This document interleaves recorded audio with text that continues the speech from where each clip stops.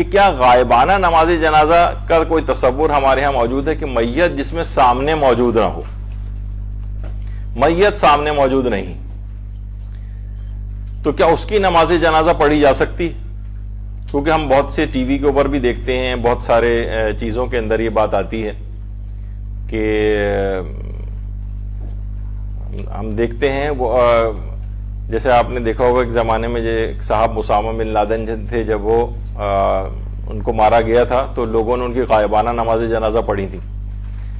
اچھا یہ جو غائبانہ چیز ہے نا، یہ صرف نماز جنازہ کے حوالے سے چیز نہیں، بلکہ اور بھی جو غائبانہ چیزیں ہیں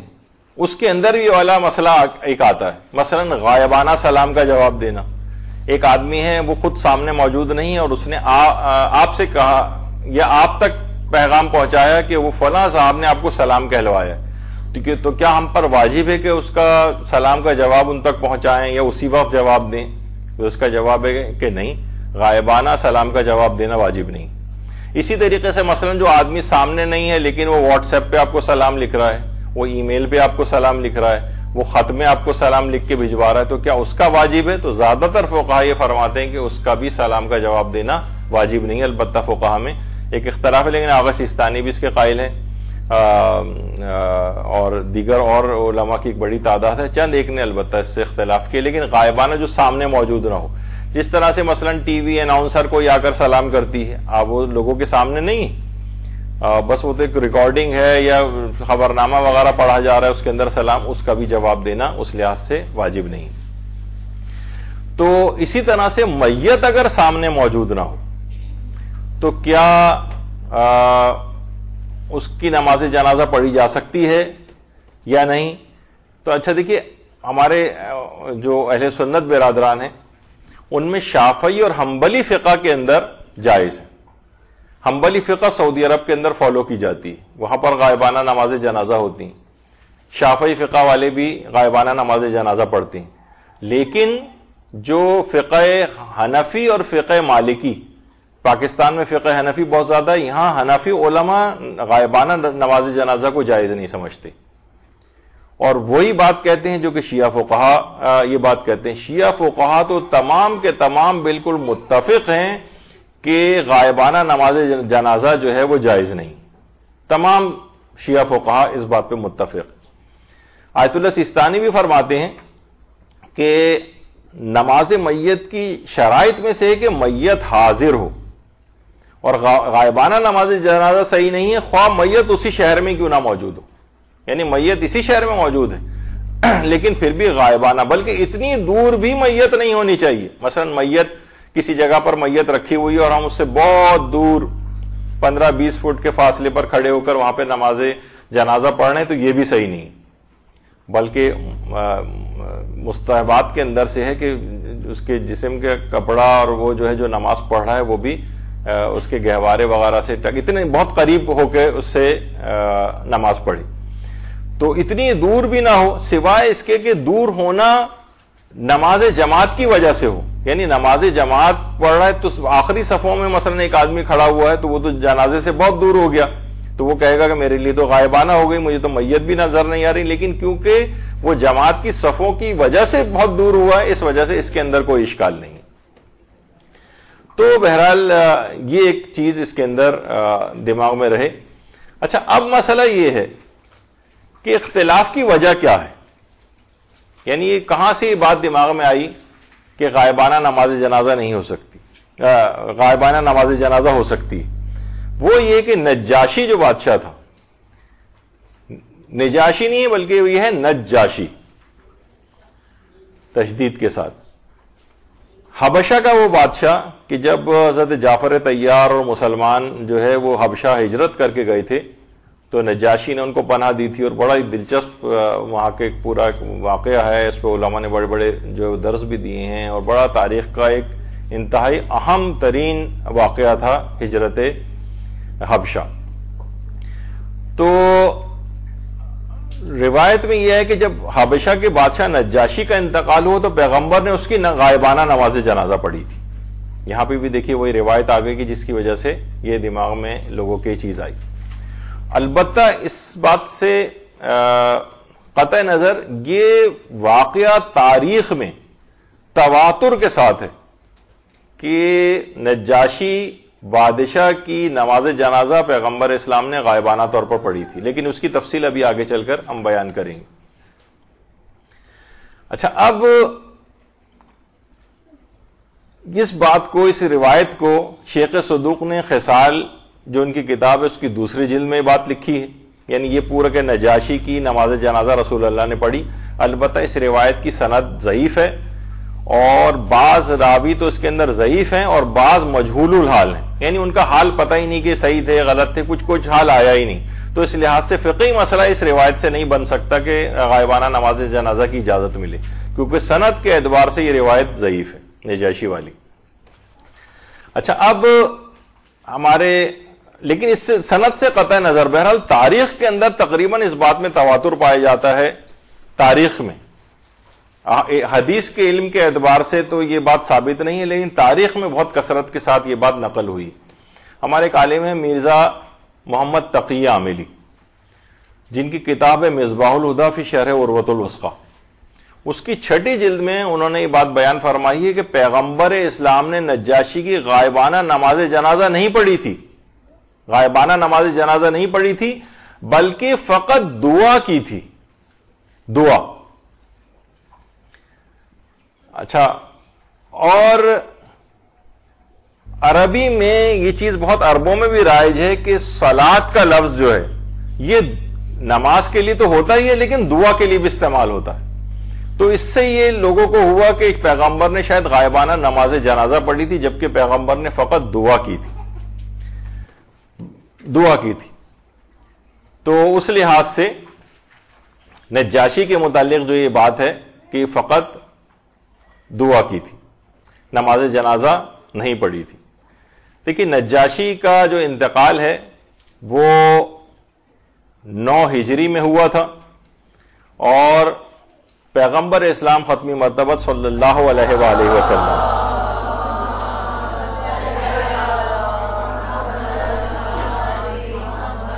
اپنے اصحاب کے ساتھ مسجد نبوی میں بیٹھے ہوئے تھے کہ اسی وقت جبریل نے آ کر نجاشی کے انتقال کی خبر دی۔ پیغمبر اتنا متاثر ہوئے اس خبر کو سن کر، اتنا شدید گریہ فرمایا پیغمبر نے، اور پھر اپنے اصحاب سے کہا کہ چلو تمہارا ایک نیک بھائی اس دنیا سے چلا گیا ہے، چلو اس کے اوپر چل کر نماز پڑھیں، یعنی صلاۃ کا لفظ آئے یعنی دعا کریں، بہرحال اس کے اندر تو یہی لفظ آیا۔ اچھا، اب پیغمبر اسلام پھر چلتے ہوئے اس زمانے میں جو مدینہ تھا، مدینے سے میں جو باہر کا علاقہ تھا، صحرائی علاقہ، مسجد غمامہ والے علاقے کی طرف پیغمبر آئے۔ آج بھی جو مسجد غمامہ ہے وہ ذرا ابھی تو مسجد نبوی کے بالکل سامنے ہی ہو گیا، لیکن پہلے یہ مدینے سے بہت باہر کا علاقہ تھا، بلکہ صحرائی علاقہ تھا۔ اس کا نام غمامہ پڑھا ہی اس وجہ سے تھا کہ پیغمبر اسلام یہاں پر عید کی نماز پڑھانے کے لیے تشریف لائے تھے، اور جس وقت تشریف لائے تھے اس وقت آسمان بادلوں سے ڈھکا ہوا تھا، تو اس جگہ پر نماز عید پڑھی تھی پیغمبر نے، اور بادل آئے ہوئے تھے، بادلوں کو عربی میں غمامہ کہتے ہیں، تو اس وجہ سے اس مسجد کا نام مسجد غمامہ بعد میں پڑ گیا اس جگہ پر۔ تو پیغمبر نے یہاں آ کر نماز عید کی امامت فرمائی تھی۔ اچھا، پیغمبر جس وقت یہاں پر آئے تو قدرت الہی سے پست اور بلند ہوئی زمین، اور اس کے بعد مسطح اور مساوی ہو گئی، اور یہاں تک کہ پیغمبر اسلام کے سامنے نجاشی کا جنازہ آ گیا۔ اچھا، اب پیغمبر اسلام کے سامنے کیونکہ جنازہ آ گیا تو پیغمبر اسلام نے وہاں پر نجاشی کی نماز جنازہ پڑھائی، اور 7 تکبیرات کے ساتھ پڑھائی، اور جیسی پیغمبر نے نماز جنازہ ختم کی، جنازہ نجاشی کا غائب ہو گیا۔ اچھا، شیخ توسی نے بھی یہ بات لکھی ہے کہ یہاں پر صلاۃ سے مراد دعا کرنا ہے، ایکچوئل نماز مراد نہیں۔ اچھا دیکھیے، جو نجاشی بادشاہ تھا کہ جس وقت حضرت جعفر طیار وہاں پر پہنچے تھے اور بڑا زبردست قسم کا ایک گفت و شنید اور آرگیومنٹ اور سوال و جواب جو ہے بادشاہ کے ساتھ ہوئے تھے، اور اس کے نتیجے میں پھر جعفر طیار نے جو تبلیغ کی تھی، نجاشی مسلمان ہو گیا تھا۔ جعفر طیار کی قبر مبارک ہے اردن میں، جس کو داعش والوں نے کئی دفعہ جلانے کی بھی کوشش، بلکہ جلایا اس کو، ان کے مقبرے کو، اور کافی اس کی اٹیمپٹس ہو چکی۔ اور آج نجاشی کی جو قبر ہے وہ ایتھوپیا میں، کیونکہ ایتھوپیا، حبشہ کا جو موجودہ نام ہے وہ ایتھوپیا ہے، اور نجاشی کا یہ مقبرہ ہے اور یہ نجاشی کی قبر ہے۔ اور روایت میں یہ بات ملتی ہے کہ ایک اچھا ابھی تو میں روایت کی بات تو بتاتا ہوں، یہ نجاشی کی قبر ہے۔ اس کے اوپر موجودہ زمانے میں ترکی نے، طیب اردوان جو ہے، اس نے باقاعدہ کہا ہے کہ اس کو اور مزید بنایا جائے نجاشی کے مقبرے کو، اور اب تقریباً کمپلیشن کے مراحل کے اندر ہے، اور بہت ہی زبردست قسم کا اس کا ایک مقبرہ نجاشی کا وہاں پر تعمیر ہونے کے قریب ہے۔ اچھا، جب پیغمبر اسلام نے یہ جنازہ، یہ دعا جو بہرحال اگر نماز ہم میت کہیں، نماز جنازہ پیغمبر نے پڑھا دی، تو اس کے بعد منافقین کی طرف سے کافی اعتراضات آئے،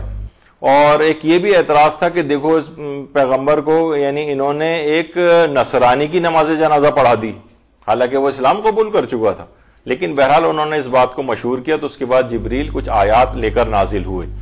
اور باقاعدہ ان آیات میں یہ چیز آئی کہ اہل کتاب میں وہ لوگ بھی ہیں جو اللہ پر اور جو کچھ تمہاری طرف نازل ہوا ہے، جو ان کی طرف نازل ہوا ہے، سب پر ایمان رکھتے ہیں، اللہ کے سامنے سر جھکائے ہوئے ہیں،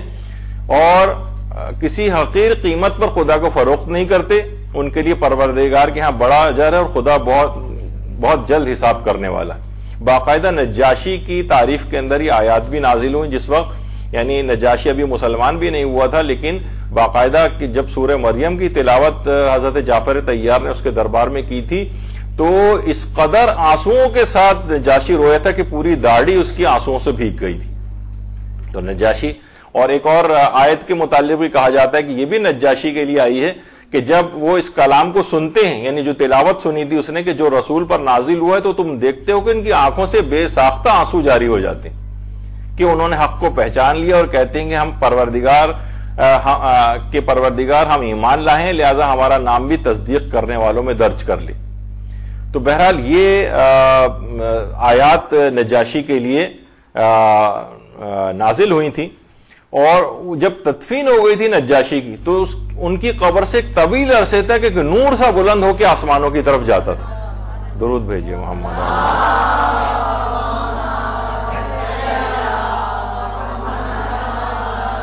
اور باقاعدہ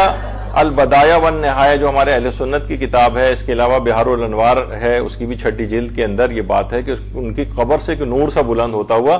آسمانوں کی طرف جاتا تھا۔ اچھا، اس میں ایک دوسرا نقطہ نگاہ بھی ہے، وہ یہ ہے کہ ٹھیک ہے کہ یہ ایک تو نقطہ نگاہ یہ ہو گیا جو بھی آپ نے سنا کہ یہ نماز نہیں تھی بلکہ دعا کی گئی تھی، تو غائبانہ نماز جنازہ کا تصور نہیں۔ دوسرا نقطہ نگاہ یہ ہے کہ یہ یا تو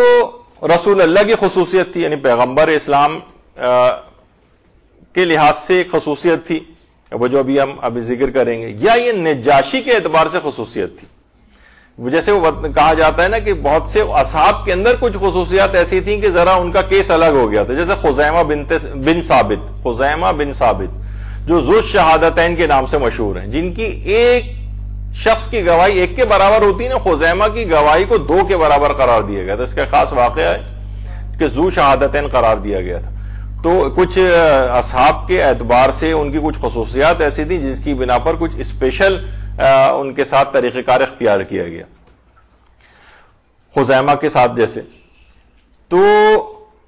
علماء یہ فرماتے ہیں کہ یہ نجاشی کے ساتھ ہی فقط ہوا، کیونکہ پیغمبر اسلام کے پاس تو مختلف شہروں اور علاقوں میں جو دیگر اصحاب تھے ان کی اموات کی اور شہادتوں کی خبریں بھی آتی تھیں، لیکن پیغمبر نے کبھی ان کی نماز جنازہ نہیں پڑھی۔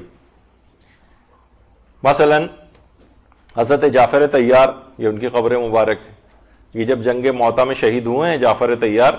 تو ان کی شہادت کی خبر بھی جو ہے پیغمبر کے پاس آئی تھی، لیکن پیغمبر نے ان کی نماز جنازہ نہیں پڑھی تھی۔ اسی طریقے سے زید ابن حارثہ، یہ بھی جنگ موتا میں شہید ہوئے تھے۔ زید بن حارثہ، زید تو وہ ہیں جن کا نام قرآن میں آیا ہے، اور ایک ان کی بیوی کے ساتھ طلاق ہو گئی تھی، اور اسی کے ضمن میں پھر پیغمبر نے ان سے جو ہے ان کی زوجہ سے شادی کر لی تھی، تو اس لحاظ سے جو زینب تھیں پھوپھیزاد بہن بھی تھیں پیغمبر اسلام کی، تو اس زمانے میں خیر بڑا ابھی اس کو ہم انشاءاللہ ایک الگ سینیریو کے اندر جو ہے وہ بیان کریں گے، جو آئندہ آنے والے درس ہیں ان کا ایک واقعہ خاص زید کا. تو ان کی بھی جنگ موطا میں شہادت کی خبر پیغمبر کو ملی تھی، لیکن ان کے لیے بھی غائبانہ نماز جنازہ نہیں پڑھی تھی. تو اچھا، کچھ ہمارے برادران اہل سنت کہتے ہیں کچھ روایات ہیں جن کو ان کے اکثر علماء بھی نہیں مانتے کہ پیغمبر نے ان کی بھی نماز غائبانہ نماز جنازہ پڑھی تھی، تو وہ خیر ایسا نہیں ہے. اور ایک اور روایت بھی پیش کی جاتی ہے کہ جس وقت پیغمبر جنگ تبوک کے لیے تھے، تبوک کے میدان میں موجود تھے، تو مسلمانوں کے ساتھ جب باقاعدہ جب جنگ تبوک ہو رہی تھی تو جبریل نے اس وقت آ کر پیغمبر کو اطلاع دی کہ آپ کے ایک صحابی مدینے میں انتقال کر گئے، اگر آپ پسند کریں تو زمین کو سمیٹ دیا جائے تاکہ آپ ان کا جنازہ پڑھ سکیں. تو پیغمبر نے آمادگی ظاہر کی تو جبریل نے اپنے دونوں پروں کو زمین کے اوپر مارا، تو اس طرح سے زمین سمٹ گئی اور وہ جنازہ پیغمبر اسلام کے سامنے ظاہر ہو گیا اور پیغمبر نے ان کے اوپر نماز جنازہ پڑھی. اب علماء ہماری یہ بات کہتے ہیں کہ اسی طریقے سے بطور معجزہ نجاشی کی میت بھی پیغمبر اسلام کے سامنے آ گئی تھی اور پیغمبر کے سامنے حاضر ہو گئی تھی. تو وہ بھی جو کہ غائبانہ نماز جنازہ کے قائل نہیں ہیں، وہ بھی اگر اس واقعے کو مانتے ہیں تو وہ یہ کہتے ہیں کہ پھر یہ غائبانہ کا وہ یہ تو میت پیغمبر کے سامنے آ گئی تھی، خواہ معجزے کے ذریعے کیوں نہ آئی لیکن پیغمبر کے سامنے تو آ گئی تھی، تو غائبانہ نماز جنازہ تو پھر بھی جائز نہیں ہے. لیکن کیونکہ میت پیغمبر کے سامنے آ گئی تھی تو پیغمبر نے اس پر نماز پڑھ لی. لیکن کیونکہ وہ میت جو اب آج کل کسی دوسرے ملک یا شہر یا دور دراز کہیں جگہ پر ہوتی ہیں، وہ میت کیونکہ ہماری تو یہ خصوصیت نہیں ہے کہ ہم معجزے کے ذریعے اس میت کو اپنے سامنے حاضر کر لیں، تو لہٰذا ہمارے لیے پھر جائز نہیں ہوگی. یہ صرف پیغمبر کی خصوصیت تھی یا نجاشی کی خصوصیت تھی. تو بہرحال دیکھیے، نجاشی جو ہے اصل نام اس کا ازہم بن اجبر یا احبر ہے، اور ازمہا کے نام سے بھی روایات کے اندر یہ چیز آئی ہے. تو بہرحال شیعوں کے نزدیک تو یہ بالکل اتفاقی مسئلہ ہے کہ غیبت میں یعنی غائبانہ نماز جنازہ جو ہے وہ کسی بھی شخص کی جائز نہیں ہے.